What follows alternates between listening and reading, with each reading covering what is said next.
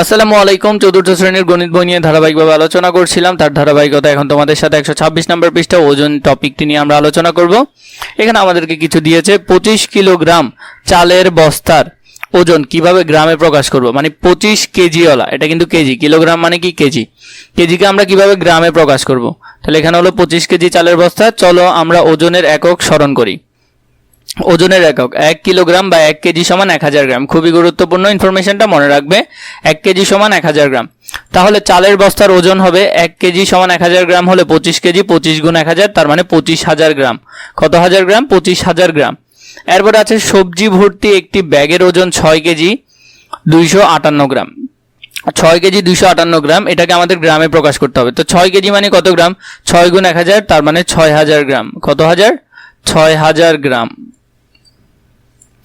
আর এদিকে 258 গ্রাম তো আছেই, 258, তো যোগ করলে কত হবে?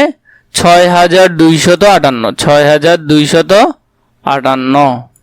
নিচের জিনিসগুলো ওজন পরিমাপ করতে কোন কোন বাটখারা লাগবে? বাটখারা মানে ওজন মাপার। আগে আমরা দেখতাম না এরকম চার কোনা কেজি ছিল অনেকগুলো, এখন তো ডিজিটাল মেশিন হয়ে গেছে। আগে বাটখারা ব্যবহার করা হতো, 200 গ্রাম, 250 গ্রাম, 50 গ্রাম, 100 গ্রাম, 1 কেজি, এরকম কিছু পাথরের মতো ছিল এরকম চার কোনা, তোমরা হয়তো অনেকে দেখেছো।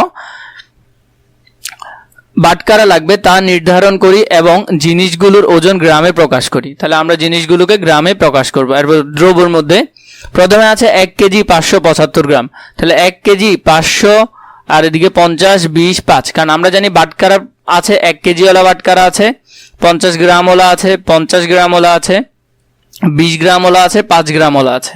তাহলে 1575 গ্রাম। 2 কেজি 50 গ্রাম। তো 2 কেজি 50 গ্রামের জন্য 1 কেজিওয়ালা দুইটা লাগবে, অথবা 2 কেজিওয়ালা একটা আর 500 গ্রাম একটা। তাহলে আমরা যদি এটাতে দেখি 2 কেজি 500 গ্রাম, তাহলে 2 কেজি দুইটি লাগবে 1 কেজিওয়ালা, আর একটা লাগবে 500 গ্রামওয়ালা, তাহলে 2500 গ্রাম। এরপর মিষ্টি কুমড়ার ক্ষেত্রে 3 কেজি 325 গ্রামের ক্ষেত্রে তিনটা লাগবে 1 কেজি, 200 গ্রাম এবং একটা 100 গ্রাম, 20 গ্রাম একটা 5 গ্রাম, তাহলে 3325 গ্রাম। 4 কেজি 815 গ্রাম, চারটি 1 কেজি লাগবে, 500 গ্রাম লাগবে, 200 গ্রাম লাগবে, 100 গ্রাম লাগবে, 10 গ্রাম লাগবে, 5 গ্রাম লাগবে, 4815 গ্রাম। তাহলে এখানের মধ্যে আমরা এভাবে করে এই ছকটা সুন্দর করে পূরণ করতে পারবো। আদর্শ কিছু আমরা বাটখারা দেখিনি। 5 গ্রাম আছে, 10 গ্রাম আছে, 20 গ্রাম আছে, 50 গ্রাম, 100 গ্রাম, 200 গ্রাম, 500 গ্রাম এবং 1 কেজি। এগুলো হলো আদর্শ বাটখারা, মানে যেটা সাধারণত আমরা আগে দেখতাম। তারপরে এখানের মধ্যে দেখো, একটি তরমুজের ওজন 3 কেজি 400 গ্রাম এবং একটি পেঁপের ওজন 900 গ্রাম। পেঁপে থেকে তরমুজের ওজন কত বেশি?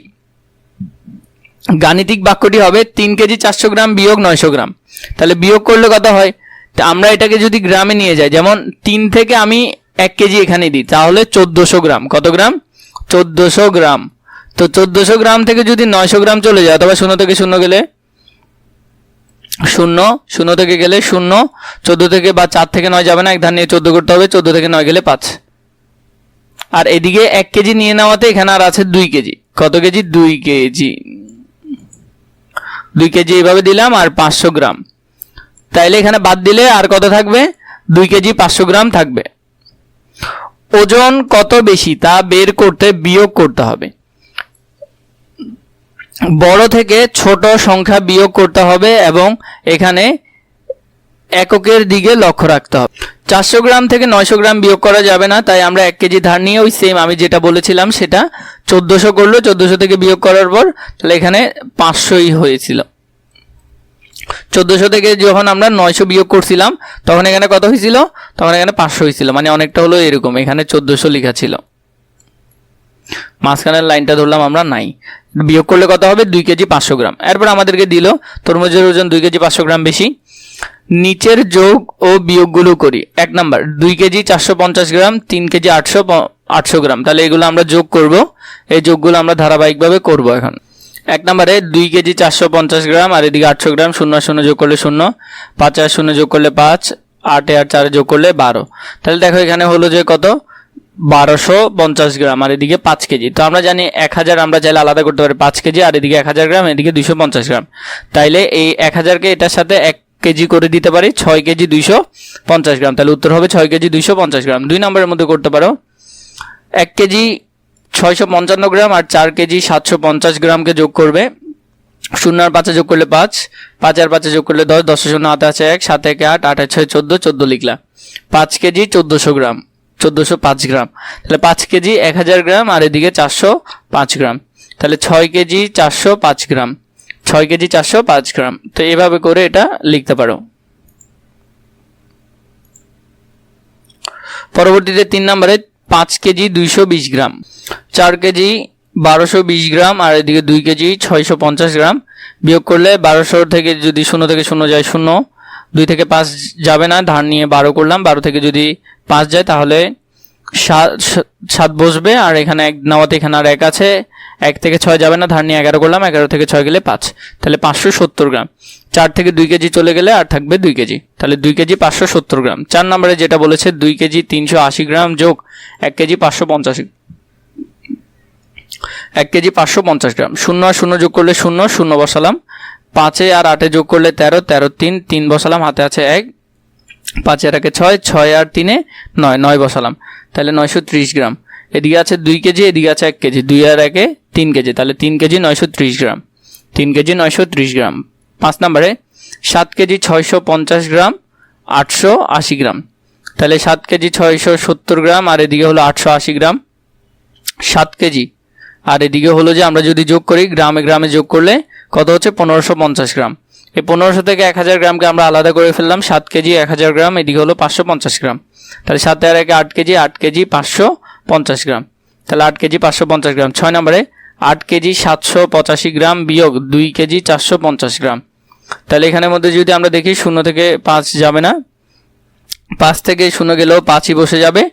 এরপরে হলো যে 8 থেকে 5 গেলে 3, 3 বসে গেল। 7 থেকে 4 গেলে 3, 3 বসে গেল।